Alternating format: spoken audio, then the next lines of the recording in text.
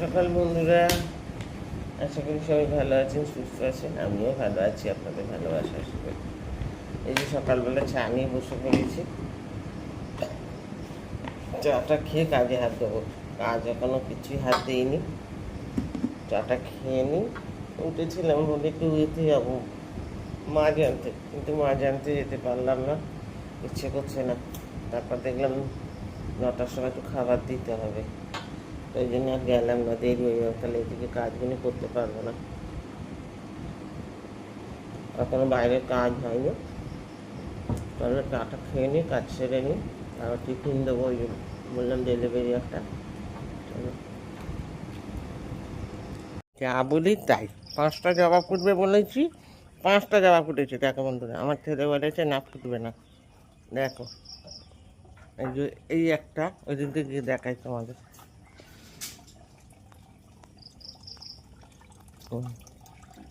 এই একটা,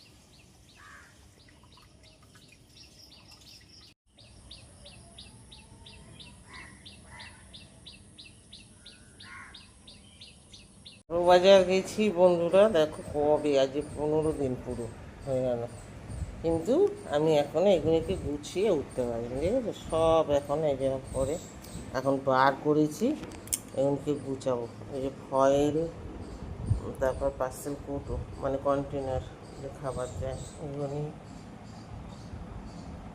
এগুলিকে সব এখন গুছাবো। এর থেকে নিয়ে নিয়েই ইউজ হচ্ছে, গুছাবো আর সেই সময়টাই পাইনি। আবার সময় যখন পাই তখন আর মানে ইচ্ছা করে না। বড় বাজার দিয়ে এগুলি এনেছি বন্ধুরা, এই যে 15 দিন হয়ে গেছে, কিন্তু আমি গুছাবো আর সময় হয়ে ওঠেনি।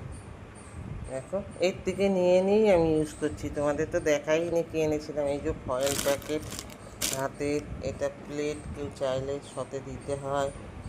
তারপর ছোটো ছোটো এই যে কৌটো, এই কৌটো না, এটা ফয়েল প্যাকেট। তারপর এই যে পার্সেল কৌটো, ঢাকনা, ওখানে সব এনেছি। আর ওর মধ্যে আছে করে এরকম করে আমাকে ডেলিভারি, এর মধ্যে করে আমি খাবার দিই, বুঝেছো? এই হচ্ছে ডেলিভারির খাবারের জোগাড়। চলো আজকে একটু সময় পেয়েছি বলে এখানেকে বসে আগে গুছাই। এই ঝুড়িতে করে অল্প অল্প করে নিয়ে রাখি আর ওইগুলির মধ্যে নিয়ে রাখি, কিন্তু সেই কাজটাই আমি করে উঠতে পারি না।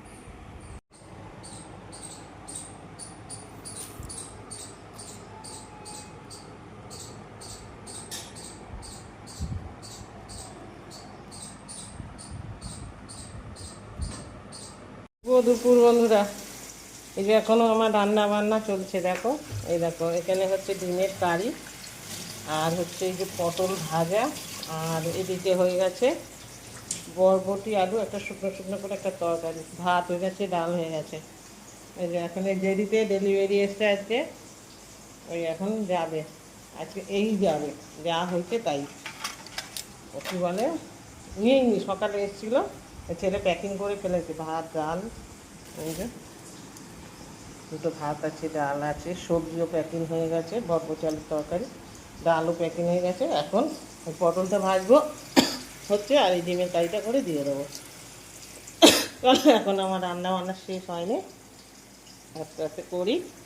তোমরাও রান্না বান্না আশা করি হয়ে গেছে তোমাদের, আমার কিন্তু একদিন লেট হয়েছে, শরীরটা ভালো না বলে। 3টে বাজে বন্ধুরা, এখনও আমার রান্না হচ্ছে। এই দেখো কড়ার মধ্যে এখনও চিংড়ি মাছ ভাজা হচ্ছে।